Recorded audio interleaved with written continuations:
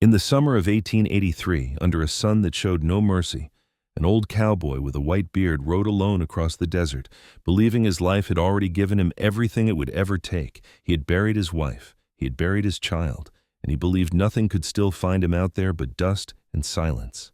Then he heard a sound no man expects to hear in the heat of noon. A child crying, hidden beneath red rock, hunted by men with papers instead of mercy, and carrying a fear far heavier than her small body should ever hold. What happens next will make you believe in quiet miracles and second chances for the forgotten. Before we begin, tell me where you are watching from. Drop your country in the comments below. And if you believe no child or animal should ever face fear alone, hit subscribe now and share this story with someone who needs hope. Dust Hollow was a small frontier town built to endure, not to comfort. It lay flat against the land, a line of weathered wooden buildings facing a wide dirt road that cut through the basin. In summer, the town suffered quietly, the heat pressed down from early morning, turning the air thick and still. Wells ran low, the creek thinned to mud, horses stood in the shade without moving, and people spoke only when they had to. It was the summer of 1883, and it had been unforgiving for weeks. Beyond the eastern edge of town, past the last fence and the final hitching post, stood a single cabin of rough pine logs. Its tin roof had been patched more than once, and the corral beside it leaned just enough to show its age. This was where Harlan Boone lived. Harlan Boone was an old cowboy. His hair and beard were fully white, not from neglect but from years spent under the sun. The beard was thick and coarse, framing a face marked by long days and harder nights. His features were sharp, high cheekbones, a square jaw, eyes pale and watchful. His skin was darkened by weather, lined deeply around the eyes and mouth. He stood tall, though his movements were measured now. One shoulder dipped slightly from an old injury, but his balance remained steady. His hands were broad and scarred, shaped by reins, rope, and work rather than age alone. He did not waste motion or words. In Dust Hollow, people knew of him but did not know him well. He came to town for supplies when needed, paid without complaint, and left without lingering. He did not drink in the saloon or sit on the porch to talk. Some said he was unfriendly. Others said he was simply tired. Harlan never corrected them. A mile west of his cabin, on a low rise overlooking the plain, stood two wooden grave markers. He had carved them himself. One bore the name Mary Boone, the other James Boone. Mary had been his wife. She was strong and practical. With dark hair she kept braided and skin browned by the same sun that shaped Harlan. She spoke plainly and laughed easily. James had been their son, 7 years old, quick and curious, always following his father. They were taken during the summer of 1877, when fever moved through the territory without warning. James died first. Mary followed a week later. Harlan buried them both and did not speak much afterward. Loss changed him, not in ways people noticed quickly, but in how narrowly he lived. He trusted less, slept lightly, kept his rifle close. That morning, Harlan rose before the sun fully cleared the mesas. The air was already warm. He pulled on his boots and drank from the water bucket, the water tasting faintly of iron. Near the door lay his dog, Brim. Brim was an old cattle dog with a mottled gray coat and a stiff gait. One ear never stood straight. His muzzle had begun to whiten, but his eyes remained sharp. Harlan had found him 2 summers earlier near a broken wagon. The dog had stayed. Outside, the light spread flat and pale across the land. No clouds. No wind. The heat promised to be heavy. Harlan saddled his bay gelding in silence, checked the cinch, and mounted. Brim followed as Harlan rode out toward the fence line. Winter winds had loosened several posts, and a weak fence invited trouble. The sun climbed quickly. The land shimmered. Even insects were scarce. Several miles out, where the fence passed near a shallow draw, Harlan slowed his horse. The wire held. The post stood straight. Still, he stopped.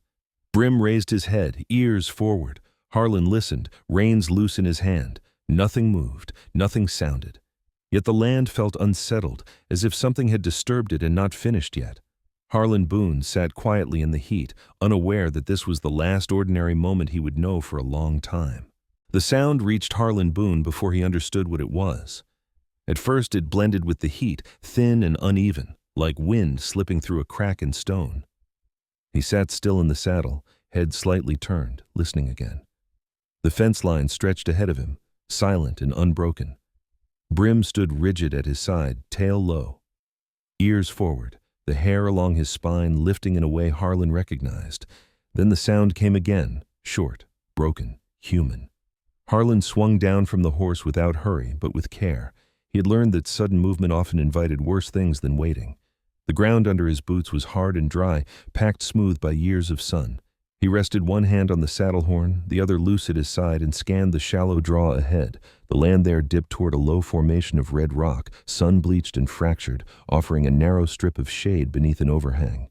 The sound came from there. Harlan took a step forward. Brim moved with him, silent now, body low. The gelding shifted behind them but did not spook. Harlan left the reins loose and walked, boots slow, breath steady. He did not reach for the rifle, not yet. Under the rock, something small stirred. It was a child. She was curled tight against the stone, knees drawn to her chest, arms wrapped around herself as if holding her body together required effort. Her dress was torn at the hem and darkened with dirt and dried blood. One shoe was missing. Her hair, light brown, nearly blonde where the sun had caught it, hung in tangled strands around her face. She could not have been more than 6 years old. She was crying without sound now, lips trembling, eyes squeezed shut as if sight itself had become dangerous. Harlan stopped several paces away. He crouched slightly, not lowering himself fully, careful not to loom. His shadow stretched toward her, long and thin. "Easy," he said. His voice came out low, rough from disuse, but steady. "I'm not coming closer." The child flinched anyway. Harlan noticed her hands then. Her wrists were red and raw, marked by shallow cuts where rope had rubbed skin away, fresh enough that the heat had not yet darkened them fully. He felt something tighten behind his ribs. He did not let it reach his face. Brim stepped forward once and stopped. The dog did not growl. He sat down, head tilted, eyes fixed on the child. His presence was quiet but deliberate. The girl opened her eyes. They were gray, wide, and far too alert. She looked at Harlan's beard first, then his hat, then the dog. Her gaze flicked to the open plain behind him and back again. "Please," she said. Her voice was hoarse as if she had used it too much already. "Don't make me go back." Harlan swallowed. He shifted his weight so the sun no longer hit her face directly, blocking part of it with his shoulder. "I don't know who you are," he said, "and I don't know what you're running from, but I'm not here to hand you over to anyone." She watched him closely, as if measuring the space between his words and the truth. "What's your name?" he asked. There was a pause. Then, "Abigail." "Abby." "That's a good name," Harlan said. "I'm Harlan." She did not repeat it. Children who have been hunted do not learn names easily. Harlan glanced at the ground behind her. The dirt bore marks, boot prints, adult-sized, heavy at the heel. They led away from the rock toward the north, uneven but recent. A dark stain marked one patch of stone. Blood, dried brown. He exhaled slowly. "How long you been here?" he asked. Abby shook her head. Then, after a moment, she said, "Since the sun was up high, I tried not to move." Harlan reached for his canteen, unscrewed the cap, and set it on the ground between them. He did not push it closer. "That's water," he said. "Small sips. Don't rush it." She stared at it, then at his hands. After a long moment, she crawled forward just enough to reach it. She drank carefully at first, then faster, coughing once before forcing herself to slow again. Harlan waited. The heat pressed down on them both. Somewhere in the distance, a bird cried once and went quiet. When Abby handed the canteen back, her hands were shaking.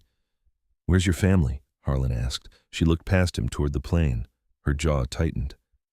"My mama," she said. "She told me to run." That was all she could manage at first. Harlan did not rush her. "They came with horses," Abby continued, voice thin. "They had papers. Mama said papers don't make it right." Harlan closed his eyes briefly. He had heard those words before, spoken by other mouths in other years. "They said she owed," Abby whispered. "Said I was part of it." She didn't cry this time. Her face had gone still, set in a way no child should be. "They shot her," she finished. The words sat between them, heavy and final. Harlan stood, slowly. Carefully, he held out his hand, palm open. "You can come with me," he said. "I've got a place not far. Water, shade. You don't have to decide anything else right now." Abby looked at the open land, then at the rock, then at Brim, who rose and stepped closer, sniffing gently at her knee before sitting again. She reached for Harlan's hand. Her fingers were small and hot.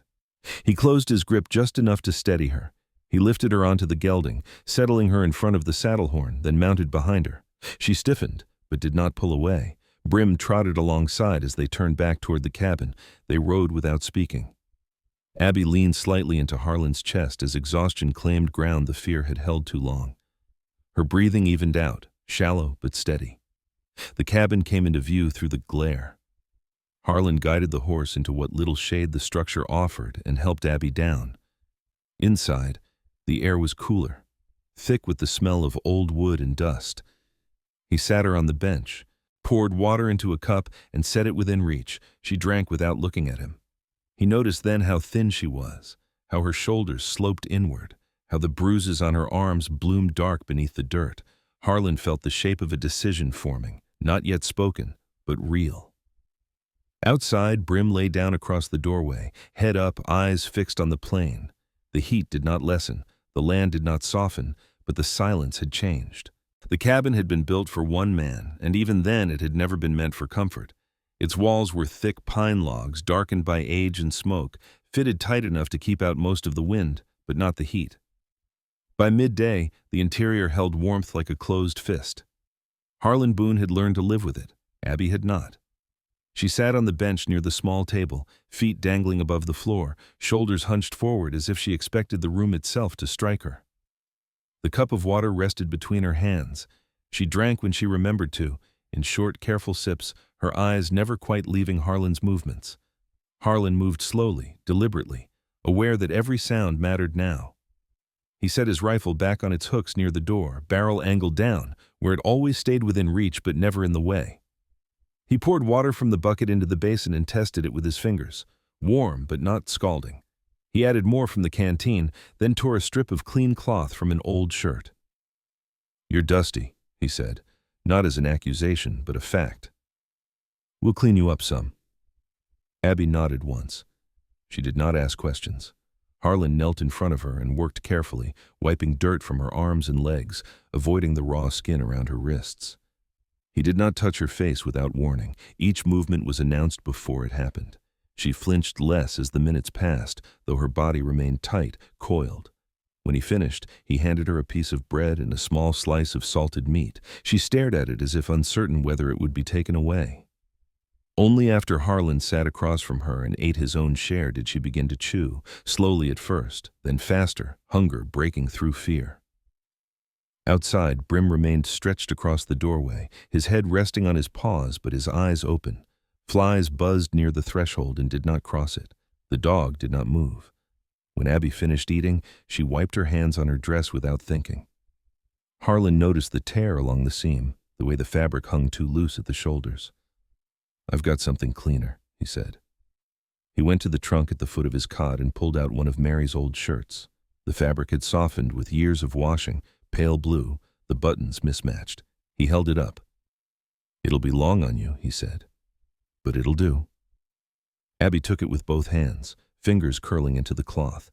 She pressed it briefly to her face before realizing what she was doing and pulling it away, embarrassed.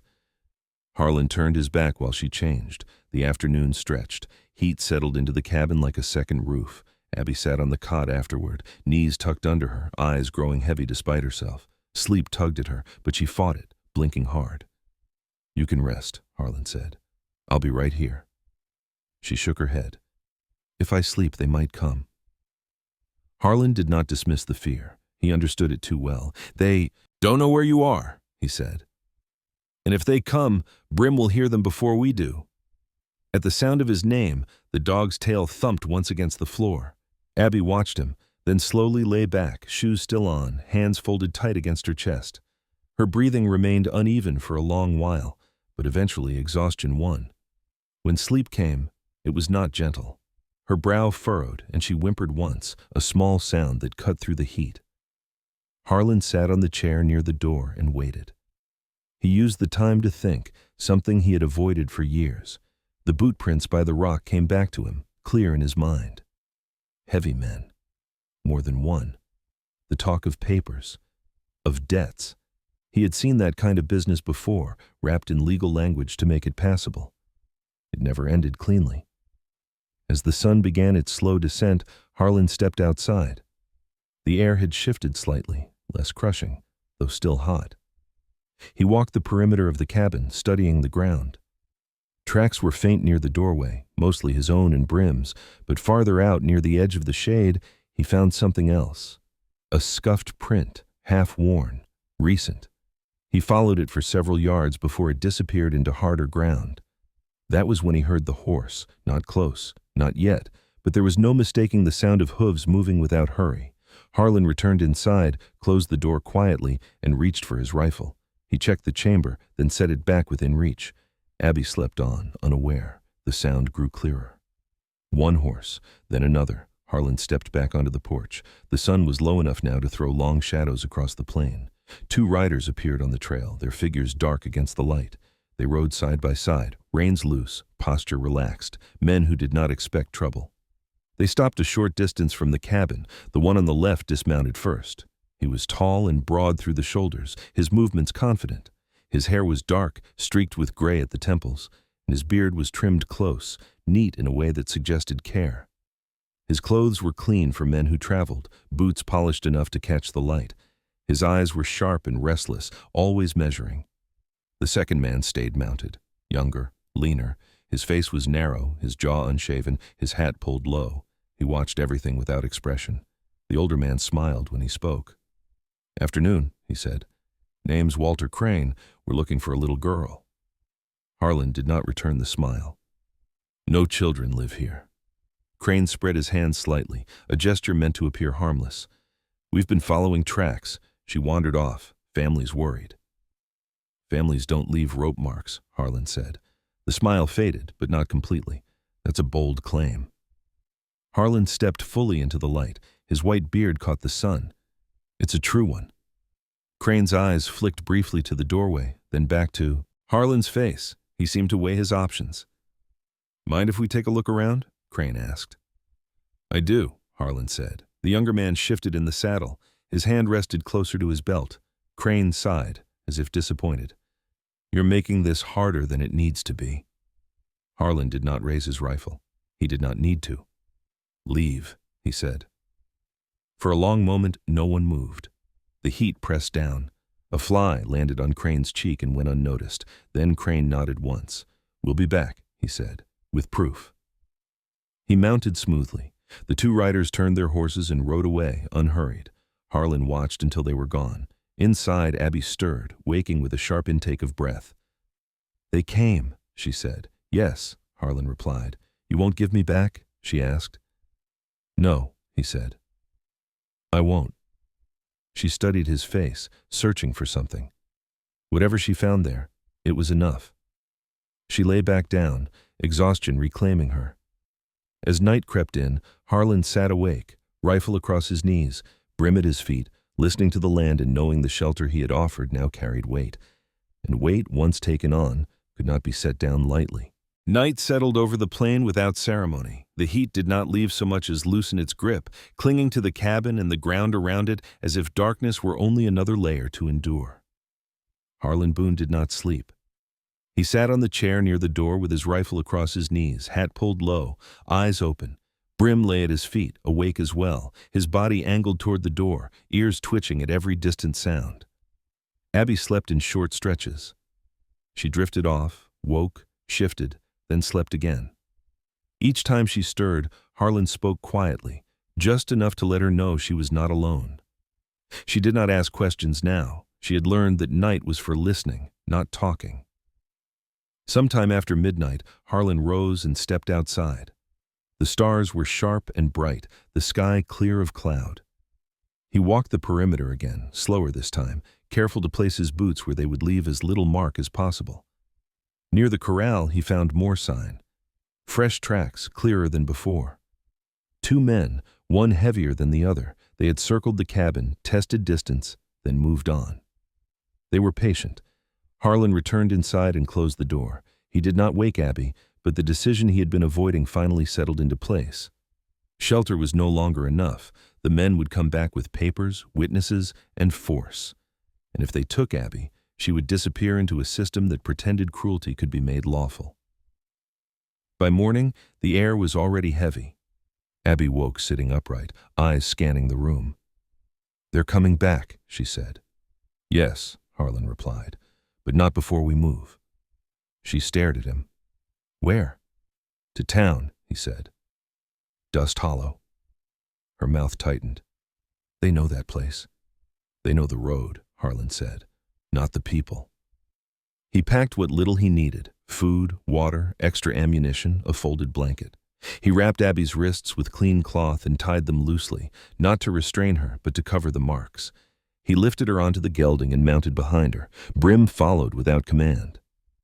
They reached Dust Hollow by late morning. The town looked as it always did: quiet, worn, enduring. A few men stood near the saloon porch, nursing coffee and watching the heat rise from the road. A wagon creaked past, pulled by a thin mule. When Harlan rode in, heads turned. Some recognition flickered, some curiosity. He stopped in front of the general store and swung down, helping Abby to the ground. She stayed close to his side, fingers clutching his coat. The store belonged to Eleanor Pike, a woman in her early 40s with a narrow build and a spine that had learned to stay straight. Her hair was the color of dusted wheat, pulled back into a severe knot, and her face bore the fine lines of someone who had spent more time thinking than smiling. Her husband had died years earlier in a rail accident, leaving her the store and little patience for foolishness. Eleanor had a reputation for noticing things others missed. She looked at Abby first, then at Harlan's face. "You don't bring company," she said. "No," Harlan replied. "I don't." Eleanor's eyes moved to the cloth around Abby's wrists. She said nothing, only stepped aside and held the door open. Inside, the air was cooler, the shelves lined with flour sacks, canned goods, and bolts of cloth. "Sit," Eleanor said to Abby, pointing to a crate near the counter. Abby obeyed without hesitation. "What's happened?" Eleanor asked. Harlan told her. Not all of it. Enough. When he finished, Eleanor exhaled slowly. "They've been here," she said. "Two men asking questions. Clean boots. Too polite." Harlan nodded. "They'll bring papers." Eleanor's mouth tightened. "Papers don't raise children." She went to the back and returned with a tin cup of water, setting it in Abby's hands. "Drink." Abby did. Eleanor leaned closer to Harlan. "Sheriff Talbot is in," she said. "He won't like this." "Does he scare easy?" Harlan asked. "No," Eleanor replied, "but he remembers the war, makes him cautious." They did not have to wait long. Walter Crane returned before noon, this time alone, riding slow down the center of the street as if he belonged there. He dismounted in front of the store and stepped inside without asking. Crane looked the same as before, neatly dressed, beard trimmed, eyes sharp. He carried a folded document in his hand. "There you are," he said. "I hoped you'd save us the trouble." Harlan stepped forward, placing himself between Crane and Abby. Crane unfolded the paper and laid it on the counter. "Bill of indenture," he said. "Signed by the child's mother. Witnessed, legal." Eleanor read it. Her jaw set. She slid it back. "I've seen better lies," she said. Crane smiled thinly. "The law disagrees." Sheriff Caleb Talbot entered then.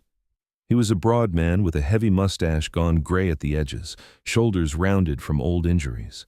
His uniform hung loose on him, more habit than authority. He had fought in the war and carried that weight quietly. "What's the trouble?" Talbot asked. Crane answered smoothly. "Stolen property." Talbot looked at Abby, looked at the cloth around her wrists, looked at Harlan. "No," Talbot said. "That's a child." Crane's smile vanished. "Then you'll enforce the law."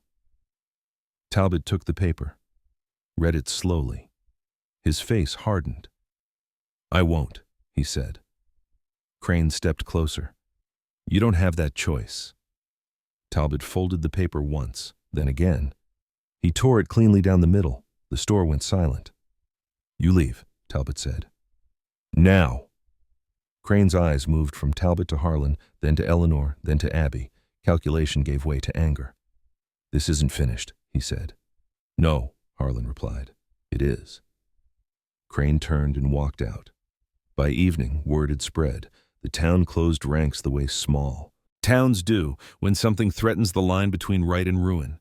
Abby slept that night in Eleanor's spare room. Harlan sat on the porch of the sheriff's office with Brim at his feet, watching the sunset over Dust Hollow, knowing the choice he had made would not be forgiven easily, but it would stand.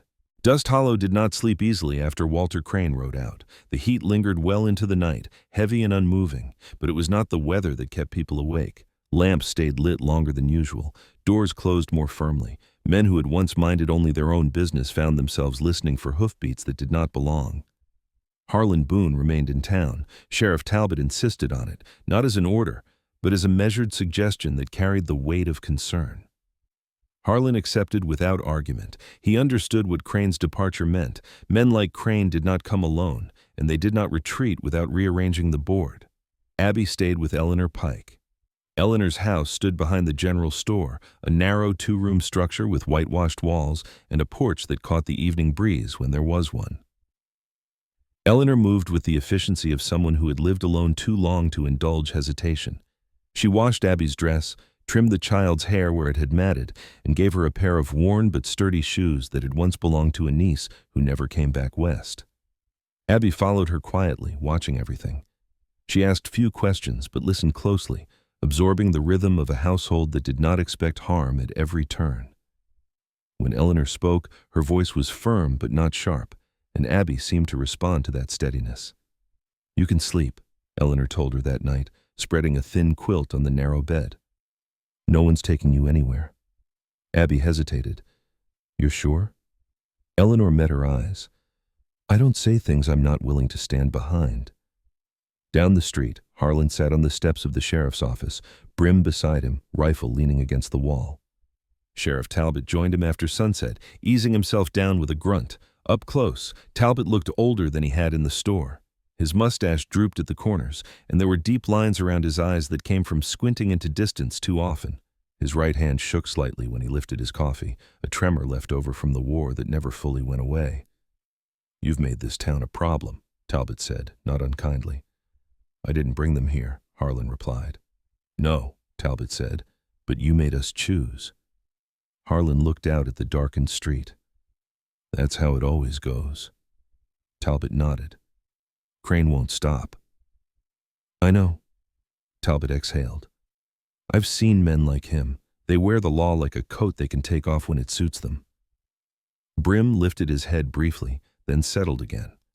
The next morning brought no relief from the heat, but it brought movement. By mid-morning, Dust Hollow had gained visitors. A wagon rolled in from the east carrying supplies and two unfamiliar men. Later, another rider arrived from the south and went straight to the saloon. None of them caused trouble. None of them asked obvious questions, but they watched. Harlan noticed. He walked the street slowly, taking in the way conversations paused when strangers passed, how hands lingered near belts. The town was small enough that anything new stood out, and these men stood out by trying not to. At Eleanor's store, Abby sat on the crate near the counter, drawing shapes in the dust with a stick. Eleanor watched her from behind the register. "She's calmer today," Eleanor said when Harlan entered. "She won't stay that way if this drags on," Harlan replied. Eleanor leaned closer. "There are women here who remember being traded off when they were young," she said quietly. "They haven't said it out loud yet, but they will." Harlan nodded. "That may be what keeps this from breaking." By noon, Sheriff Talbot called a meeting, not in the office but outside the church, where there was shade and room. The bell did not ring. People came anyway, men in work shirts, women with their hair pulled back, a few older children. Dust Hollow did not have many gatherings that were not funerals. Walter Crane did not attend. Talbot stood at the front, hat in hand. "You all know why you're here," he said. "There's a claim on a child, there are papers, and there's what we saw with our own eyes." Murmurs moved through the crowd. A woman stepped forward. Her name was Ruth Calder, tall and spare, with iron-gray hair braided down her back and skin browned by years of field work. Her husband had died building a rail spur that never reached the town. "I was sold once," she said, "not by paper, but by silence." The crowd quieted. Another woman nodded. "So was I." Talbot let the moment settle. "Crane will return," he said, "with men. Maybe with more papers. When he does, this town will be tested." No one spoke for a long moment. Then Eleanor stepped forward, wiping her hands on her apron. "He won't take that child," she said. "Not from here." Others voiced agreement, some with anger, some with fear, but none disagreed. That afternoon, the heat broke slightly. Clouds gathered low on the horizon, not enough for rain, but enough to darken the sky. Harlan helped Talbot move supplies into the office.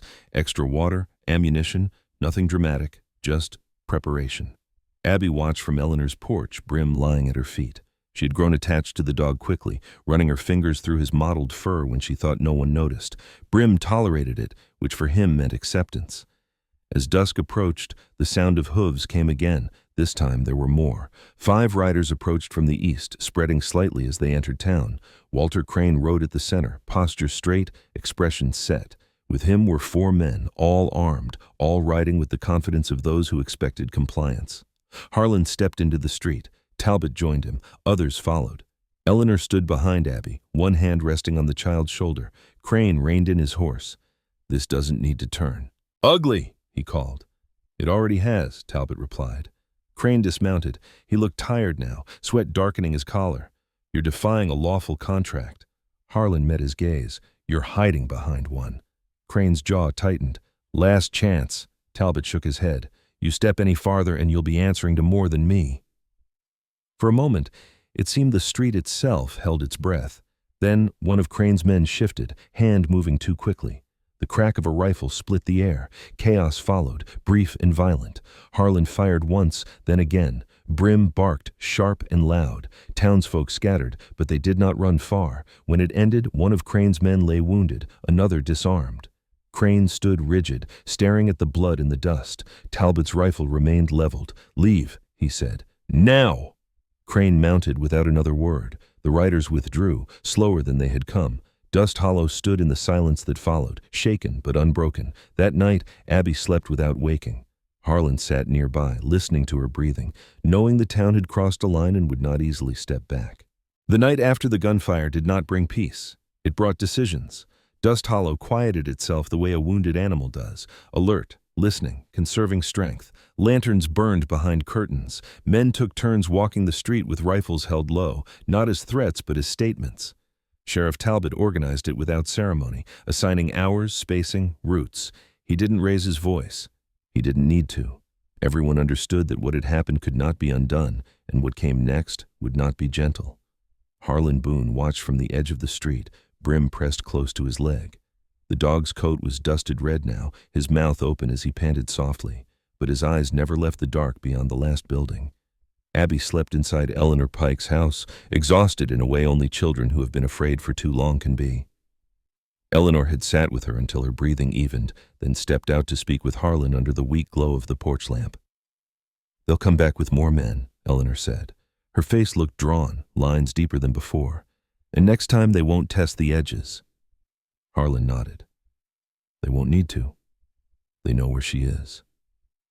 Talbot joined them, hat off, mustache damp with sweat. "I sent word west," he said. "There's a circuit judge passing through Santa Rosa in 3 weeks. 3 weeks is a long time." "Too long," Harlan said. Talbot studied him. "You thinking of leaving?" "I am." Eleanor looked between them. "With her?" "Yes." Talbot exhaled slowly. "East?" Harlan nodded again. "Toward Fort Union. More people. More law than one judge can bend." Talbot considered this. He had been a soldier once, marched under orders that made sense only later, if at all. "If Crane follows," he said, "it won't be on open road alone. He'll try to cut you off." "I won't ride the road the whole way," Harlan said. Eleanor folded her arms. "You'll need supplies." "I'll take what I can carry," Harlan replied. "I won't take from the town." Talbot shook his head. "You won't take much. You will take enough." By morning, the heat returned like a punishment. The air stood still. Dust Hollow looked the same as it had the day before, but the feeling had shifted. Harlan moved through town quietly, collecting what Talbot had arranged: water skins, dried meat, a small sack of grain for the horse, extra cartridges. Eleanor wrapped bread in cloth and pressed it into his hands without speaking. She knelt to Abby's level before they left, smoothing the girl's hair back from her face. "You listen to him," Eleanor said. He doesn't talk much, but he knows where he's going. Abby nodded, clutching the small bundle Eleanor had given her. She looked smaller in daylight, shoulders narrow beneath Mary Boone's old shirt, but there was a steadiness to her eyes now that had not been there before. They left Dust Hollow just after noon, when the sun stood high enough to bleach the color from everything. Harlan set a steady pace, not pushing the horse, conserving strength. Abby rode in front of him, her back straight, hands resting lightly against the saddle horn. Brim trotted alongside, tongue lolling, keeping pace without complaint. They did not take the main road. Harlan turned south first, following a shallow wash that cut through hard ground and scrub. The wash offered little shade, but it hid tracks better than open dirt. He crossed it once, then again, doubling back before angling east toward a line of low hills. It was the kind of country Harlan had known all his life, unforgiving, predictable, honest in its dangers. By late afternoon, the horse began to tire. Harlan stopped near a stand of juniper where the ground dipped enough to offer a pocket of shade. He watered the horse carefully, then gave Abby small sips. She did not complain. She watched him work, learning the rhythm of survival without being told. They rested there as the sun dipped lower. Harlan scanned the horizon, eyes narrowing. He did not see riders, but he felt the distance closing. Men like Crane didn't lose interest. They waited. As dusk approached, Harlan heard it, the faint, steady sound of hooves carried by the cooling air. He stilled, hand resting on the rifle. Brim froze, head up. "Stay here," Harlan murmured to Abby. He helped her down and guided her into the thicker brush beneath the juniper. No sound, no matter what. She nodded once, lips pressed tight. The riders came into view minutes later. 3 of them this time, spaced wide, moving with purpose. Walter Crane rode at the center again, posture rigid, his clean clothes now dust-stained, his patience thinning. With him were 2 different men. One was heavy-set, bald, with a thick red beard that hung in tangled coils down his chest. His face was scarred, his eyes small and hard, the kind that measured risk in terms of pain inflicted. The other was younger, narrow-faced, with dark hair slicked back and a nervous energy to his movements. He rode too close to Crane, as if seeking approval. They reined in where the tracks broke near the wash. The bald man dismounted and crouched, fingers brushing the dirt. He sniffed, then smiled without humor. "He's close," the man said. His voice was low and gravelly. "Old man knows what he's doing." Crane said nothing. He looked east, toward the hills. Harlan waited until the riders spread. Then he moved. He fired once, deliberately, aiming not for flesh but for space. The shot cracked sharp in the cooling air, spooking the horses. The younger man swore and fought his reins. The bald man lunged for cover. Harlan fired again, closer this time. The sound echoed off the hills. Crane shouted an order. The riders withdrew several yards, regrouping. They did not charge. They did not flee. Harlan did not wait. He retreated into the brush, moving low, circling back toward Abby. Brim followed. Without command, silent now. They did not run. Harlan knew better. He led Abby south, then east again, keeping to broken ground, changing direction often. The light faded fully, stars emerging one by one. The heat eased, but tension replaced it. They walked for hours. Abby stumbled once and Harlan lifted her without a word, carrying her until her breathing steadied. He set her down when he could, never pushing beyond what she could manage. Near midnight, they reached a shallow canyon cut by a seasonal stream. There was water there, trickling weakly, but enough. Harlan let the horse drink, then filled the skins. He wrapped Abby in the blanket and sat with his back to the rock wall, rifle across his knees. "They'll keep coming," Abby whispered. "Yes," Harlan said. "Why?" she asked. "They already tried." Harlan considered this. "Because men like Crane don't stop when they're wrong," he said. "They stop when it costs too much." She leaned against him, small and tired. He did not move. They slept in turns. Dawn came pale and quiet. No riders appeared. For the first time in days, Harlan allowed himself to believe they had gained ground. But he also knew this was not over. The road east was long, and the men behind them had learned something important, that the old cowboy would fight, and that the town he left behind had chosen sides. Those lessons carried consequences. When the sun rose higher, Harlan stood, settled Abby back onto the horse, and turned east again. He did not look back. The land changed as they moved east, though the heat did not. The plain broke into long, uneven ridges, the soil turning darker and less forgiving. Grass grew in sparse, brittle patches, sharp enough to cut skin if handled without care. Harlan Boone knew this country. He had crossed it years ago with cattle herds and younger men who believed strength alone could carry them through.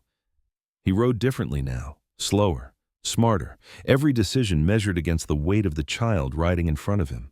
Abby did not complain. She had learned quickly what movement cost. When Harlan dismounted to lead the horse through broken ground, she slid down without being told and followed close behind, her small hand sometimes brushing the edge of his coat as if to make sure he was still there. Brim stayed near her, his pace adjusted to hers, his head turning often to scan the wind. They made camp that second night near a stand of cottonwoods clustered around a shallow bend in the dry creek bed. The trees offered shade during the day and cover at night, though the ground beneath them was hard-packed and bare. Harlan checked the area carefully before settling, circling wide, watching for sign. He found none fresh, but that did not ease him. Crane's men were persistent. They would learn. Harlan built no fire. He tore bread into small pieces and shared it with Abby and Brim, then rationed water with care. Abby ate quietly, eyes moving between Harlan's hands in the darkness beyond the trees. "Are we close?" she asked. "Closer than before," Harlan replied. She nodded, accepting the answer for what it was. Sleep came in fragments.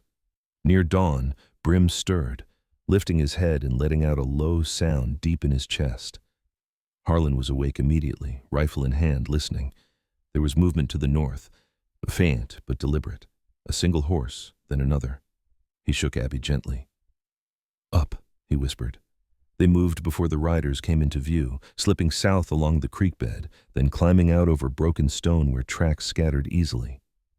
Harlan knew better than to outrun pursuit. He let the land do the work. By midday, the sun returned in full force. Abby's steps slowed. Harlan lifted her again, carrying her across the worst of the terrain, his jaw set against the strain.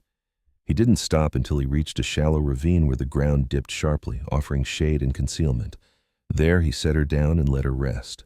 It was there they met Margaret Hale. She appeared without warning, stepping out from behind a cluster of rocks with a rifle held low but ready. She was a woman in her late 30s, tall and straight-backed, with sun-darkened skin and auburn hair pulled into a tight braid that hung between her shoulders. Her clothes were practical: men's trousers, a faded shirt, boots worn smooth at the toe. Her face was angular, her mouth firm, her eyes sharp and assessing. "Don't move," she said, her voice calm but firm. Harlan did not raise his rifle. He met her gaze steadily. "We're not looking for trouble." Margaret's eyes flicked to Abby, then to Brim. Something shifted in her expression, not softness, but recognition. "You're a long way from town," she said. "So are you," Harlan replied. She studied him a moment longer, then lowered her rifle. "Name's Margaret Hale. I run a freight route between Fort Union and Las Vegas. Or I did, before men like Crane started making it dangerous." Harlan's jaw tightened. "You know him." "I know his type," Margaret said. "Clean hands, dirty work." She knelt to Abby's level.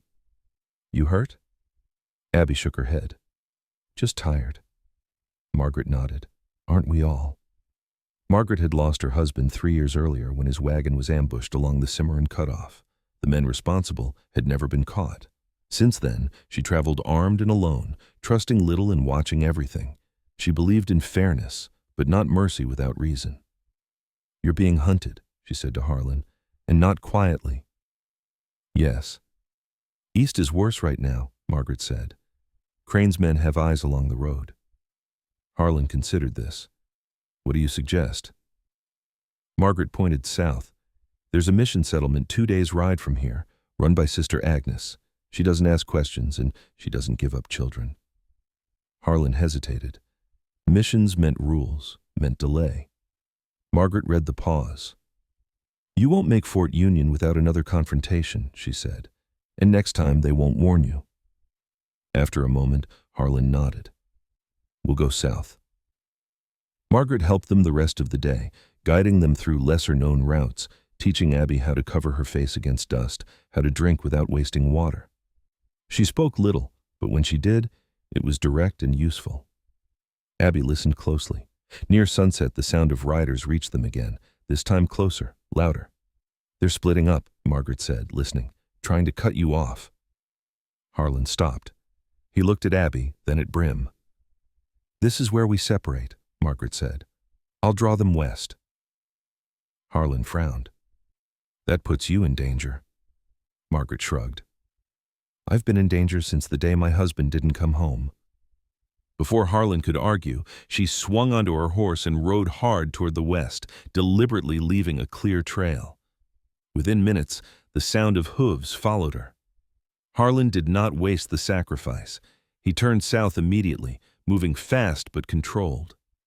Abby clung to the saddle horn, her face pale but determined. Brim ran hard, muscles working despite his age. They rode through the night. By dawn, the whitewashed walls of the mission came into view, low and solid against the rising sun. Harlan slowed the horse, exhaustion pulling at his limbs. He helped Abby down, steadying her when her legs wobbled. As they approached, a woman stepped out onto the porch. She was short and broad-shouldered, her hair hidden beneath a dark veil, her face lined but steady. Her eyes were kind, but not naive. "I'm Sister Agnes," she said. "You're expected." Harlan blinked. "By who?" She smiled faintly. "People who don't like children being hunted." She ushered them inside.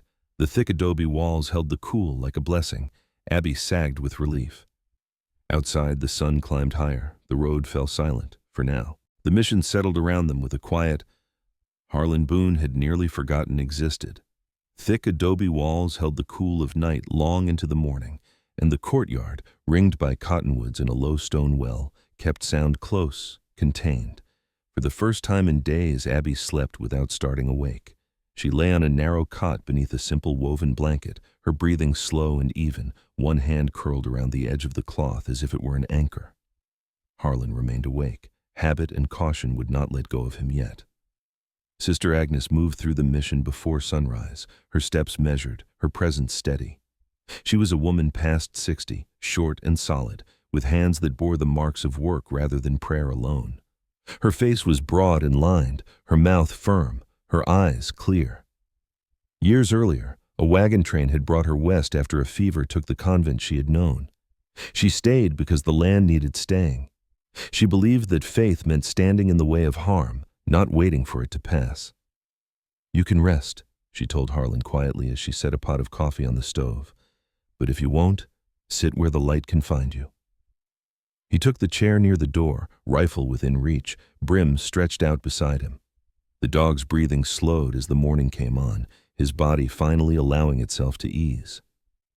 By mid-morning, the mission stirred. 2 brothers from a nearby settlement arrived with sacks of beans and cornmeal. A young woman named Lucia Morales, barely 20, moved through Vade's courtyard with a basket of laundry balanced against her hip. She was small and quick, with black hair braided down her back and skin the color of warm clay. Her eyes were sharp and curious, but she said little. Lucia had come west after losing her parents to bandits along the Jornada del Muerto. She stayed because the mission gave her work and purpose, and because Sister Agnes had not asked for anything she could not give. Abby watched Lucia from the doorway, then followed her to the well. Lucia showed her how to draw water without spilling, how to tie the rope so it would not slip. Abby mimicked the movements carefully, her tongue pressed to her lip in concentration. "She learns fast," Lucia said to Harlan later, not unkindly. "She had to," Harlan replied. Near noon, dust lifted beyond the mission wall. Harlan rose, tension sharpening his focus. Brim was already on his feet. A rider approached slowly, hands visible. When he came closer, Harlan recognized the horse first, lean, strong, moving with the familiar economy of someone who knew how to keep an animal alive on bad ground. Margaret Hale dismounted at the gate. She looked tired. Her auburn braid had come loose, strands of hair clinging to her sweat-darkened neck. A scrape marked her forearm, dried blood crusted at the edge, but her eyes were clear. She gave Harlan a single nod. "They followed," she said. "Not far enough." Sister Agnes stepped forward. "You're welcome here," she said, "for as long as you need." Margaret inclined her head. "Thank you." They didn't have long. The sound came first. Hooves, many of them, carried on the heat. Then voices. The mission walls did not hide that kind of approach. Walter Crane arrived with 6 men this time. They fanned out beyond the gate, horses restless, dust clinging to their coats. Crane dismounted at the front, his posture rigid, his patience gone. His beard looked rougher now, his clean lines dulled by days of pursuit. He had learned that his authority did not travel as easily as he had believed. "You're harboring stolen property," he called out. "This ends today." Sister Agnes stepped to the gate, hands folded, back straight. "You are not welcome here." Crane's mouth tightened. "This is not your concern." "It became my concern when a child crossed my threshold," she replied. Crane laughed once, sharp and humorless. "You can't stop this." Harlan moved to stand beside her. Margaret took position near the wall, rifle ready. Brim stood at Harlan's heel, teeth bared. Crane lifted a hand. One of his men produced papers. Another stepped forward, gun drawn. Before Crane could speak again, a new sound cut through the air, the measured trot of mounted men approaching from the south. 2 riders crested the rise beyond the cottonwoods. Their uniforms were faded blue, their hats wide-brimmed and worn. Territorial marshals. The lead man dismounted first. He was tall and lean, with a grizzled mustache and eyes that missed nothing. His name was Deputy Marshal Thomas Reed, a man known for finishing what he started. Years earlier, his brother had disappeared along a freight route controlled by men like Crane. Reed had not forgotten. The second marshal, Eli Watkins, was younger, broader, his beard full and dark, his demeanor quiet. He carried himself with the ease of someone who trusted his aim. Reed looked from Crane to Harlan to Sister Agnes. "We've had reports," he said, "about a child under duress." Crane's face flushed. "This is a civil matter." Reed's eyes hardened. It stopped being civil when guns came out. Crane tried again, voice tight. "I have contracts." Reed held out his hand. "You can show them to the judge." The standoff broke quickly after that. Crane's men shifted, then stilled. They were outnumbered now, and they knew it. Reed nodded to Watkins. "Take them." The arrest was brief and unremarkable. Chains clicked, horses snorted, dust settled. Crane stared at Harlan as he was led away. "This isn't finished," he said. Harlan met his gaze. "It is." By late afternoon, the mission was quiet again. Abby stood near the well, watching as the marshals rode out with their prisoners. She didn't cheer. She didn't smile. She simply breathed. Margaret leaned against the wall, exhaustion finally claiming her. "You'll make it now," she said to Harlan. "Fort Union will. Listen." Harlan nodded. "I'll see it through."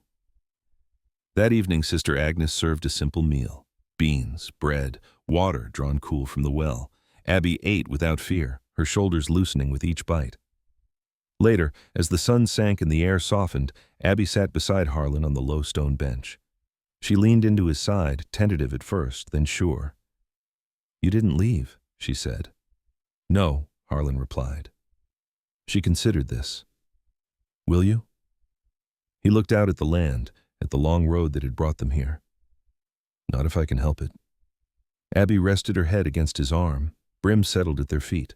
For the first time since the chase began, the night came without dread. Sometimes God does not arrive with thunder or fire. Sometimes he comes quietly, in the shape of an old man who refuses to walk away, or a child who survives long enough to be found.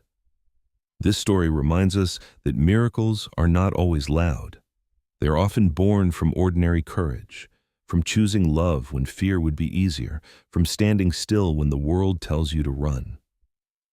In our daily lives, we may not face deserts or outlaws, but we all know loneliness, loss, and moments when hope feels too far away.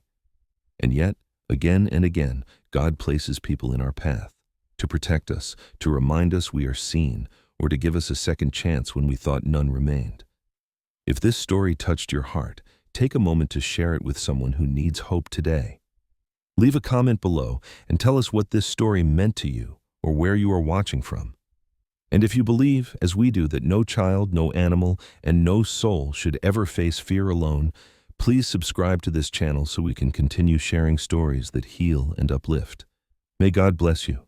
May He watch over your home, and may His quiet miracles find you exactly when you need them most. Amen.